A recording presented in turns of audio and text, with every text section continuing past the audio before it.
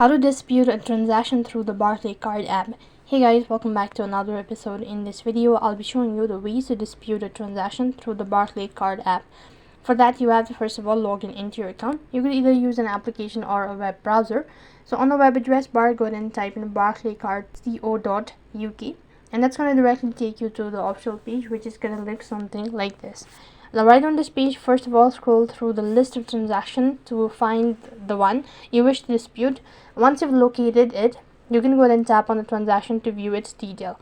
You can go ahead and look for an option to dispute a transaction. This might be labeled as dispute transaction or report an issue or something similar. Now go ahead and tap on these options to begin the dispute process, and you'll likely be asked to provide detail about why you're disputing the transaction.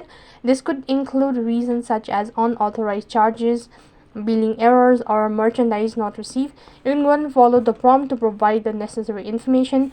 Now, depending on the nature of the dispute, you may need to attach supporting documentation such as receipt, screenshot, or corresponding with the merchant. You can go ahead and follow the app's instruction to attach any required documentation. Once you've provided the necessary information and documentation, you could go ahead and review everything to ensure it's accurate and complete. Then you could go ahead and submit the dispute through the app itself. After submitting the dispute, you could receive confirmation that it has been successfully submitted, and you may also receive a reference number or confirmation email for your record.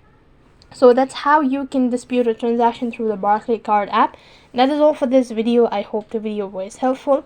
Make sure to like, share, and subscribe to our channel. Thank you for watching. See you in the next video.